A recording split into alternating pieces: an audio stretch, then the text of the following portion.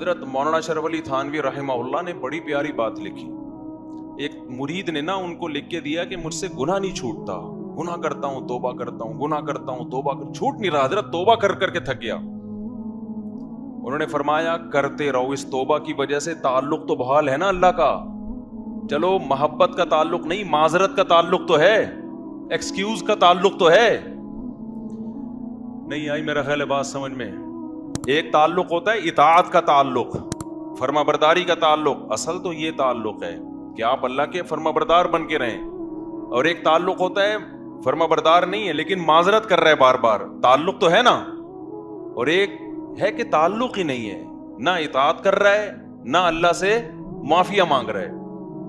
آج مسلمان کا بہت بڑا مسئلہ کیا ہے کہ اللہ کو اس نے اپنی ڈکشنری سے نکالا, اب چند رسومات میں تو اللہ رہ گیا ہے, چند رسومات میں, لیکن ایسا مضبوط تعلق نہیں ہے کہ یہ اللہ آپ کو ڈپریشن سے نجات دے دے, یہ اللہ آپ کی ٹینشنیں دور کر. دیکھو جب آپ ٹینشن میں ہوتے, کوئی محبوب دوست مل کے آپ کے ساتھ ٹینشن شیئر کر لے تو آپ کو خوشی ہوتی ہے نا. آپ کہتے ہیں یار تمہاری وجہ سے میرا غم کیا ہو گیا ہے, ہلکا ہو گیا ہے. تو اللہ کی وجہ سے غم ہلکا کیوں نہیں ہو رہا؟ اس کا مطلب اللہ دوست ہی نہیں ہے, تعلق ہی نہیں ہے اللہ سے. تو خوب سمجھ لو رمضان اللہ نے کیوں دیا؟ اللہ سے تعلق پیدا کرنے کے لیے. جتنی عبادتیں ہیں بھائی تم اللہ سے کوئی دوستی لگاؤ, راز و نیاز کیا کرو اللہ تعالیٰ سے. تو اللہ سے جو دوستی ہے نا اور تعلق ہے, اس میں سب سے زیادہ پاورفل چیز کیا ہے؟ وہ ہے دعا. آج میں نے دیکھا ہے لوگ نماز پڑھ لیتے ہیں کسی نہ کسی درجے میں, تلاوت کر لیتے ہیں کسی نہ کسی درجے میں, صدقات و خیرات بھی ٹوٹے ویسے تو نہیں ہو رہے جیسے ہونے چاہیے, لیکن چلو ٹوٹے پھوٹے صدقات و خیرات بھی ہو جاتے ہیں. عمرہ بھی کر لیتے ہیں, پیسہ اللہ دے دے, حج بھی کر لیتے ہیں, اللہ سے مانگنے کا شوق ختم. بس ایک فارمیلٹی پوری ہوتی ہے اجتماعی دعاؤں میں, اجتماعی دعائیں ہوتی ہیں نا, اس میں آ رہے ہیں. اب تو بینر بھی لگ رہے ہوتے ہیں ہمارے یہاں, رو رو کے دعائیں مانگی جائیں گی. یعنی یہ بھی ایک انٹرٹینمنٹ کا ذریعہ بن گئی یہ چیز. میں کسی کی نیت پہ شبہ نہیں کر رہا, ٹی وی میں پروگرام دیکھ لو پہلے, کئی اب پتہ نہیں آ رہے ہیں کہ نہیں آ رہے, باقاعدہ ٹھیے لگ رہے ہیں, ٹھیک ہے نا, اور پورا ایک انٹرٹینمنٹ ہو رہی. پورے سال خدا کے سامنے کبھی آنسو بہانے کا موقع کی توفیق نہیں ہوتی, گڑ گڑانے کی توفیق نہیں ہوتی. بہت بڑی دل کے اجڑنے کی دلیل ہے. تو جتنے یہاں پر لوگ بیان سننے آئے ہوئے ہیں, اعتکاف میں آئے ہوئے ہیں, نیت کریں کہ اس دل جس میں وحشت پیدا ہو چکی ہے اللہ سے, دل کی اس وحشت کو ختم کرنا ہے. میں جب حضرت مفتی رشید احمد صاحب رحمہ اللہ سے بیعت ہونے کے لیے گیا تو حضرت نے ہمیں کچھ معمولات بتائے. وہ معمولات آپ نے نہیں کرنے ہیں. آپ کہیں وہ کون سے معمولات ہیں, وہ میں بھی بتاتا ہوں, لیکن وہ آپ کے کرنے کے نہیں ہے. اس کی وجہ بھی بتاؤں گا کیوں نہیں ہے.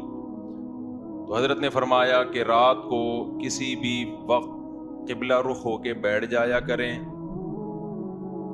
جیسے بیٹھنا سہولت سے ممکن ہو, یعنی جس پوزیشن میں بیٹھنے میں سہولت. پھر کیا کرنا ہے؟ 10 دفعہ درود شریف پڑھنا ہے نبی صلی اللہ علیہ وسلم کے احسانات کو سوچ کے. پھر 10 دفعہ استغفار پڑھنا ہے اپنے گناہوں کو یاد کر کے. اور پھر ایک مراقبہ کرنا ہے. مراقبہ کیا کہ اگر آپ کسی جگہ خوبصورت باغیچہ لگانا چاہتے ہیں, خوبصورت پھول لگانا چاہتے ہیں, پھلدار درخت لگانا چاہتے ہیں, تو پہلے وہاں سے جھاڑیاں صاف کرنی پڑیں گی کہ نہیں کرنی پڑیں گی؟ بولو نا.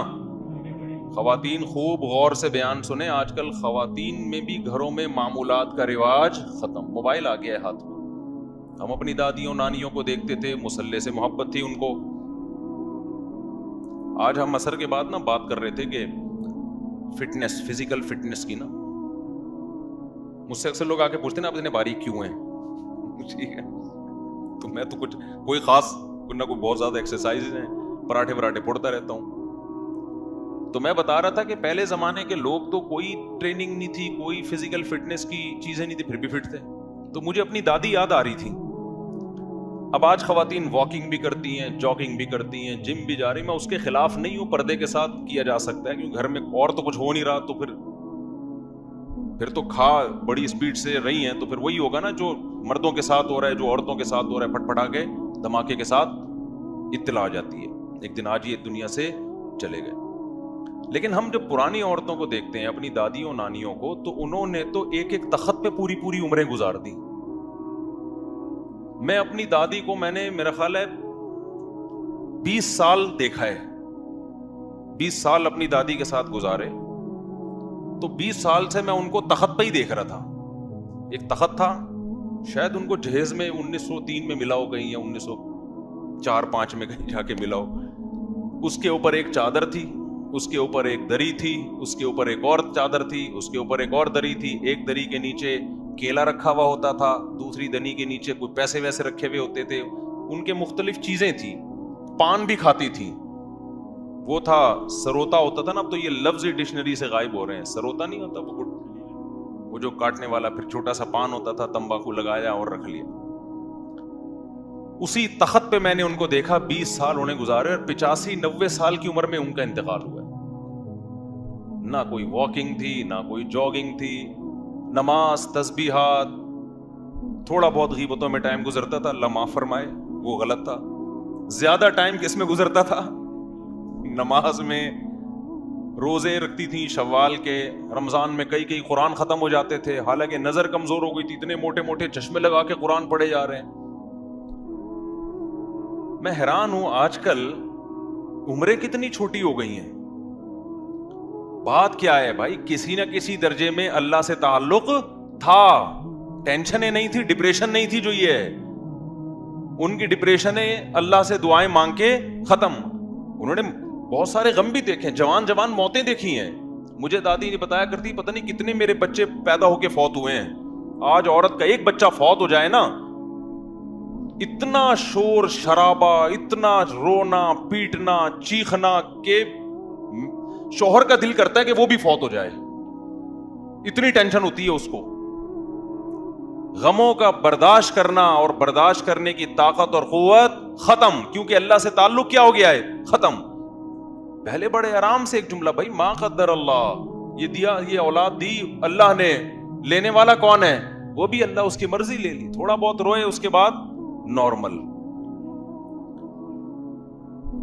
تو وہ میں واقعہ سنا رہا تھا نا، ہمارے حضرت فرمایا کرتے تھے کہ یہ سوچا کریں، 10 دفعہ درود شریف پڑھا، 10 دفعہ استغفار، اس کے بعد تھوڑی دیر مراقبہ وہ نہیں جو مراقبے سینٹر کھلے ہوئے ہیں، ٹوپی ڈرامہ پتہ نہیں کیا کیا گھما رہے ہوتے ہیں، کوئی کشف کرامت وغیرہ چیزیں دکھا رہے ہوتے ہیں۔